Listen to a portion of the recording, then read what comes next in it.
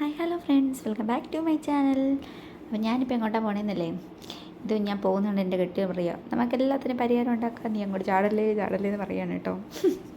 അപ്പോൾ ഞാനിന്ന് പറഞ്ഞത് വേറെ ഒന്നും കൊണ്ടല്ല കേട്ടോ. നമ്മൾ കഴിഞ്ഞ ദിവസം നമ്മൾ റഫായ ഒരു ഏരിയ കാണിച്ചു തന്നാണല്ലോ, അതിന് നേരെ ഓപ്പോസിറ്റ് സൈഡാണ് ഈ കാണുന്നത്. ഇവിടെ ഇന്നലെ തൊട്ട് ഇതിപ്പോൾ ഞാൻ ഇന്നിടുന്ന ഡേറ്റ് എന്ന് പറയുന്നത് 18th കേട്ടോ. അപ്പോൾ 17th 17-ാം തീയതി അവിടെ ഭയങ്കരമായിട്ട് കാറ്റും അതുപോലെ നേരത്തെ പെയ്ത മഴ പോലെയൊക്കെ തന്നെ സെയിം ആണ്. നമ്മളൊരു ന്യൂനമർദ്ദമൊക്കെ പോലെ സെയിം. അപ്പോൾ ആ സൈഡിൽ നിന്നാണ് ഇന്ന് വിൻഡും അതുപോലെ സീയൊക്കെ ഭയങ്കര റഫാണ്. ഇത് ഈ കാണുന്നുണ്ട്. ഞാൻ കുറച്ചും കൂടെ മുന്നോട്ട് പോയി കാണിച്ചു തരാം കേട്ടോ.